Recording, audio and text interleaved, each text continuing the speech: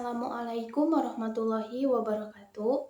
Perkenalkan, nama saya Anissa Akila. Di sini saya akan menjelaskan mengenai pemusatan data, yaitu MEAN, median, dan modus. Dan saya juga akan menjelaskan mengenai variabilitas data, yaitu rank, simpangan rata-rata, simpangan baku, dan varians untuk data tunggal dan data kelompok atau interval. Jadi langsung aja yuk kita ke videonya. Yang pertama itu MEAN atau rata-rata nilai untuk data tunggal. Rumus MEAN data tunggal sendiri adalah jumlah seluruh data dibagi dengan banyaknya data. Jadi, data yang ada itu tinggal kita jumlahkan saja semuanya lalu dibagi dengan banyaknya data. Nah, di sini sudah ada contoh data nilai ujian statistika 30 orang mahasiswa pariwisata adalah 70, 65, 58, 55, 60, 77, 72, 78, 93, 72, 77, 85, 82, 93, 74, 96, 86, 60, 90, 66, 57, 87, 62, 91, 83, 67, 83, 55, 85, dan 88. Maka nilai rata-rata ujian statistika 30 orang mahasiswa pariwisata adalah sebagai berikut. Untuk menghitung MEAN, kita bisa menghitung rata-ratanya dengan cara menjumlahkan seluruh data. Jadi, 70 ditambah 65 ditambah 60 ditambah 55 ditambah 60 hingga seterusnya sampai ditambah dengan 88. Maka akan menghasilkan jumlah data 2259. Lalu dibagi dengan jumlah data yaitu 30. Maka hasil yang didapat adalah 75,3. Jadi, hasil dari rata-rata nilai ujian statistika 30 orang mahasiswa pariwisata adalah 75,3. Yang kedua ada median atau nilai tengah untuk data tunggal. Kalau sebelumnya di data MEAN kita membicarakan tentang rata-rata nilai, maka di MEAN kita akan membicarakan tentang nilai tengah sekelompok data yang telah diurutkan dari bilangan terkecil hingga bilangan terbesar. Jadi kalau di data MEAN kita tidak mengurutkan terlebih dahulu datanya, itu tidak masalah. Tetapi kalau di median kita harus mengurutkan terlebih dahulu datanya. Contohnya di sini sudah ada 30 data yang telah diurutkan dari bilangan terkecil, yaitu 55, 55, 57, 60, 60 hingga seterusnya sampai bilangan terakhir yaitu 96. Kemudian setelah kita mengurutkan data, kita akan mencari nilai tengahnya. Sebelumnya, karena jumlah datanya itu genap, maka mediannya adalah rata-rata dari dua nilai tengah. Nah, dari data tersebut ini, rata-rata nilai tengahnya yaitu 77 dan 77. Jadi, mediannya bisa ditentukan dengan cara kita menambahkan dua nilai tengah tersebut, yaitu 77 ditambah 77. Maka, lalu dibagi 2. Maka hasil yang didapat yaitu 77. Nah, jadi hasil median dari data tunggal nilai tengah adalah 77. Dan yang terakhir untuk data tunggal adalah modus. Modus adalah nilai yang paling sering muncul pada data yang telah diurutkan. Cara menentukan nilai modus adalah dengan mencari nilai yang paling sering muncul pada bilangan data yang telah diurutkan. Contohnya di sini sudah ada nilai data ujian statistika 30 orang mahasiswa pariwisata yang telah diurutkan. Lalu kita mencari nilai mana yang paling sering muncul dari data ini. Jika dilihat, nilai yang paling sering muncul adalah nilai 60. Karena telah muncul sebanyak 3 kali. Maka modus data tunggalnya adalah 60 pada nilai modus ini. Selanjutnya saya akan menjelaskan mengenai MEAN, median, dan modus untuk data tunggal. Nah, di sini sudah terdapat data nilai ujian statistika 30 orang mahasiswa pariwisata. Bisa teman-teman melihatnya. Kemudian, kita akan menentukan datanya, yaitu N. N ini adalah jumlah data. Maka, jumlah datanya adalah 30. Kemudian max. Max ini adalah nilai terbesar dari seluruh nilai data di atas. Bisa dilihat bahwa nilai terbesar di sini adalah 96. Maka, max-nya adalah 96. Kemudian, min. Min ini adalah nilai terkecilnya. Maka, nilai terkecilnya adalah 55. Kemudian ada rank. Rank ini dihasilkan dari penjumlahan nilai terbesar dikurangi nilai terkecil. Maka, hasilnya adalah 41. Kemudian ada kelas. Kelas ini dihasilkan dengan menggunakan rumus 1 ditambah 3,322 log 30 dalam kurung 30. 30 ini dihasilkan dari jumlah data yang ada, diambil dari jumlah data. Maka hasilnya adalah 5,907. Karena di bilangan interval itu harus bulat bilangannya, maka dapat kita bulatkan menjadi 6. Dan yang terakhir adalah panjang. Panjang kelas ini dihasilkan dari rank dibagi kelas. Jadi 41 dibagi 5,907. Kita ambil datanya dari data pertama sebelum diubah menjadi 6. Maka hasilnya itu adalah 6,940. Atau kita bulatkan menjadi 7. Jadi N jumlah datanya adalah 30, max-nya adalah 96, min-nya adalah 55, rank-nya adalah 41, panjang kelasnya itu adalah 6, panjang kelasnya itu adalah 7. Lalu selanjutnya kita akan mencari nilai kelas intervalnya. Nah, karena sebelumnya untuk panjang kelasnya itu ada 7, maka kita akan membuatnya dari 55 hingga 61. Lalu kemudian 62 hingga 68, 69 hingga 75, 76 hingga 82, 83 hingga 89, dan 90 hingga 96. Ini merupakan nilai kelas intervalnya. Kemudian kita akan mencari frekuensinya. Frekuensi ini didapat dari bilangan yang ada di nilai kelas interval. Contohnya seperti pada bilangan nilai kelas interval dari 55 hingga 61. Itu terdapat 6 frekuensi di dalamnya.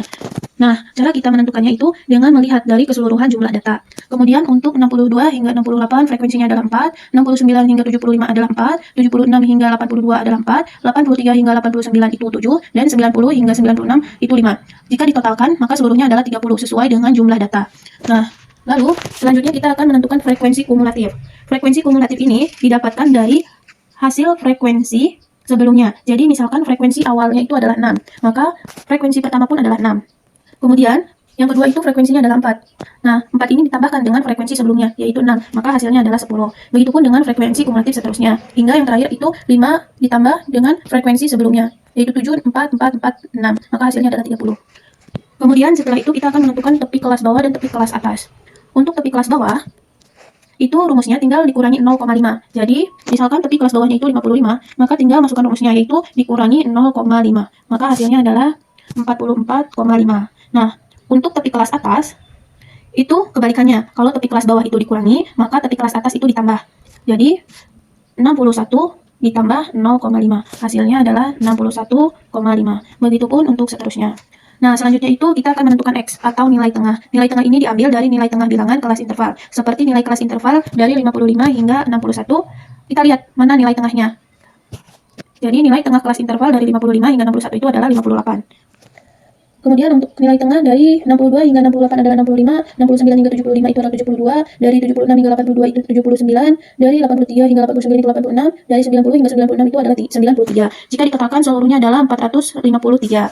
Kemudian setelah itu, dan yang terakhir ini adalah kita akan menentukan frekuensi dikali X atau nilai tengah. Nah, cara menentukannya itu adalah frekuensi dikali dengan nilai tengah. Contohnya seperti 6 dikali 58. Hasilnya adalah 348. Jadi, nilai frekuensi F dikali X itu adalah nilai data. Nah, di sini sudah ada contoh penghitungan mean untuk data kelompok atau interval, beserta dengan rumus dan keterangannya, yaitu N untuk jumlah data, F untuk frekuensi, dan X untuk nilai tengah. Nah, jadi untuk menentukan mean, data interval, kita tentukan dulu jumlah data dan sigma frekuensi dikali X-nya. Di sini, jumlah datanya itu adalah 30. Dan sigma frekuensi dikali X itu adalah 2279. Setelah menentukan jumlah data dan sigma frekuensi dikali X, kita akan mencari nilai meannya atau menentukan nilai meannya. Nah, di sini hasil dari frekuensi dikali X atau 2279 dibagi dengan jumlah data, yaitu 30. Maka hasil yang didapat adalah 75,966. Jadi, hasil dari penghitungan untuk mean data kelompok itu adalah 75,966. Selanjutnya di sini sudah ada contoh cara penghitungan median untuk data kelompok. Di sini sudah ada rumus dan keterangannya, yaitu median, M, BB untuk batas kelas, P untuk panjang kelas, N untuk jumlah data, F untuk jumlah frekuensi kumulatif sebelumnya, dan F untuk frekuensi. Nah, setelah sebelumnya kita telah menghitung frekuensi dan frekuensi kumulatif, kemudian kita akan menghitung setengah N. Setengah ini dikalikan dengan banyaknya data. Nah, tadi kan untuk banyaknya data itu ada 30, jadi setengah dikali 30, maka hasilnya adalah 15. Kemudian kita cari data ke-15 ini ada di kelas mana. Nah, itu bisa kita cari dari frekuensi kumulatif. Jadi untuk data pertama frekuensi kumulatif itu menunjukkan data ke-1 hingga ke-6. Kemudian data kedua menunjukkan data ke-1 hingga ke-10. Kemudian data ketiga menunjukkan data dari 1 hingga ke-14. Kemudian data ke-4 itu menunjukkan data dari 1 ke 18 hingga 18. Sehingga jika kita mencari data ke-15, maka letaknya ada di kelas ke-4. Nah, kelas ke-4 ini yang dinamakan dengan kelas median. Selanjutnya, kita akan memasukkan rumus ini. Rumus ini sesuai dengan data.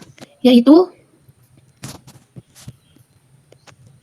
jadi untuk batas bawahnya itu adalah 75,5 ditambah panjang kelasnya yaitu 7 dikalikan setengah N-nya 15 dikurangi frekuensi kumulatif kelas sebelumnya yaitu 14 lalu dibagi dengan 18 yakni kelas mediannya. Kemudian hasil yang didapatkan yaitu 15 dikurangi 14 itu 1 lalu dibagi dengan 18 hasilnya adalah 0,055. Maka tinggal kita kalikan dengan panjang kelas yaitu 7. Jadi hasil yang didapat itu adalah 0,388. Kemudian kita tambahkan dengan 75,5 sehingga didapatkan hasil mediannya adalah 75,88. Dan yang terakhir, sekarang kita akan mencari nilai modus untuk data kelompok atau interval. Di sini kita masih menggunakan data yang sama.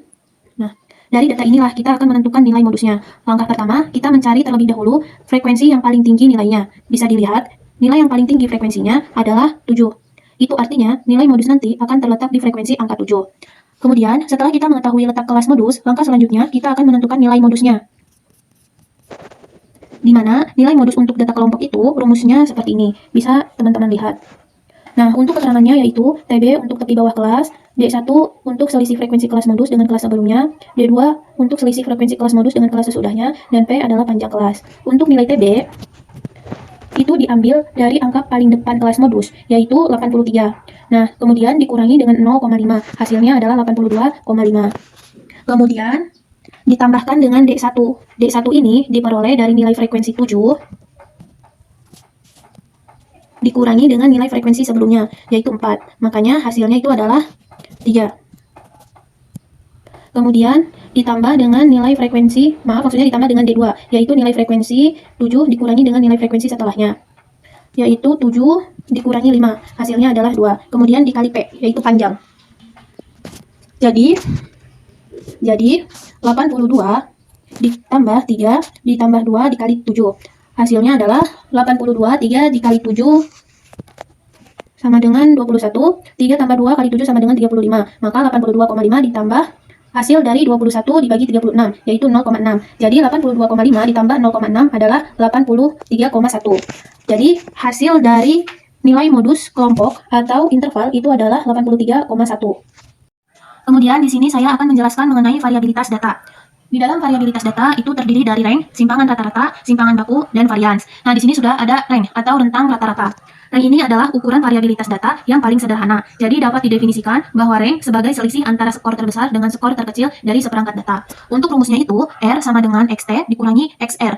Keterangannya yaitu XT adalah nilai terbesar dan XR adalah nilai terkecil. Contohnya di sini sudah ada dua data nilai kelas A dan kelas B. Nah, jika kita hanya menghitung rata-ratanya saja, maka rata-rata dari kedua kelas ini adalah sama. Padahal, untuk ukuran variasinya, maksudnya variabilitas datanya itu berbeda. Bisa kita lihat, di kelas A, nilai tertingginya adalah 90, dan nilai terkecilnya adalah 75. Dengan demikian, rentang datanya itu tinggal dikurangi saja, 90 dikurangi 75, maka hasilnya adalah 15. Sehingga rentang kelas A adalah 15. Sedangkan di rentang kelas B, sebesar 25. Kenapa? Karena untuk nilai paling besar di kelas B itu adalah 93 dan yang paling kecil adalah 65. Jadi tinggal dikurangi saja. 93 dikurangi 65 hasilnya adalah 25. Nah, di sini sudah menunjukkan bahwa kelas B memiliki nilai yang lebih bervariasi dibandingkan dengan kelas A dikarenakan ukuran rentangnya lebih besar B daripada kelas A. Seperti itu. Yang kedua, di sini ada simpangan rata-rata atau deviance rata-rata. Simpangan rata-rata ini didefinisikan sebagai suatu penyebaran data berdasarkan harga mutlak simpangan bilangan terhadap rata-ratanya. Nah, untuk rumusnya bisa teman-teman lihat dengan keterangan X untuk nilai ke I, X bar adalah rata-rata data, dan N adalah jumlah data. Contohnya yaitu di sini sudah terdapat data, 5 data, yaitu 75, 65, 58, 55, dan 62. Nah, pada rumus ini diperlukan X dikurangi X bar rata-rata, sehingga kita membutuhkan data rata-ratanya terlebih dahulu. Nah, untuk menghitung rata-ratanya seperti biasa, dengan menjumlahkan seluruh data, lalu dibagi dengan jumlah data, yaitu 75 ditambah 65 ditambah 58 ditambah 55 ditambah 62, lalu dibagi 5, hasilnya adalah 63. Nah, setelah kita menghitung rata-rata, kita bisa menghitung simpangan rata-ratanya. Simpangan rata-ratanya bisa kita hitung dengan cara X dikurangi X bar rata-rata. Jadi, data ke-1 yaitu 75, kita kurangi dengan hasil dari bilangan rata-rata, yaitu 63. Kemudian, ditambah dengan data kedua, yaitu 65 dikurangi 63, ditambah data ketiga, yaitu 58 dikurangi 63, ditambah lagi data keempat, yaitu 55 dikurangi 63, dan ditambah data kelima, yaitu 62 dikurangi 63. Kemudian dibagi 5, maka hasilnya Tapi sebelumnya, karena ini nilai mutlak, jadi walaupun hasilnya itu negatif, maka akan menjadi positif. Contohnya yaitu hasil dari bilangan ini akan menjadi seperti ini, yaitu 22 ditambah 2 ditambah 5 ditambah 8 dan ditambah 1. Kemudian dibagi 5. Hasil yang didapat adalah 38. Yang ketiga adalah varians. Varians ini didefinisikan sebagai simpangan rata-rata kuadrat. Persamaannya varians dengan simpangan rata-rata ini disimbolkan dari rumusnya, yaitu X kuadrat sama dengan sigma dari X min X rata-rata kuadrat dibagi dengan N. Jika dilihat di sini, rumus ini itu hampir sama dengan rumus simpangan rata-rata. Hanya saja yang membedakan itu ada kuadratnya di bagian X min X ini. Jadi, varians ini adalah kuadrat dari simpangan rata-rata. Untuk contohnya, di bawah ini sudah terdapat 5 data. Nah, di sini kita masih menggunakan data yang sama seperti sebelumnya di data simpangan rata-rata. Hanya saja di sini yang membedakannya, bilangan datanya itu tinggal dikuadratkan saja.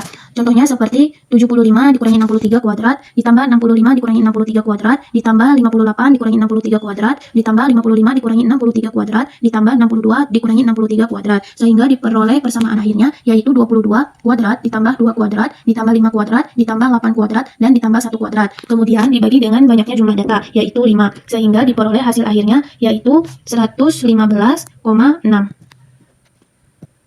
Nah, itu dia penjelasan mengenai pemusatan data dan variabilitas data. Semoga untuk penjelasannya mudah dipahami ya. Di sini mungkin cukup sekian untuk penjelasan mengenai pemusatan data dan variabilitas data. Sebelumnya saya memohon maaf apabila dalam penjelasannya masih ada kekurangan dan kesalahan. Cukup sekian, terima kasih. Wassalamualaikum warahmatullahi wabarakatuh.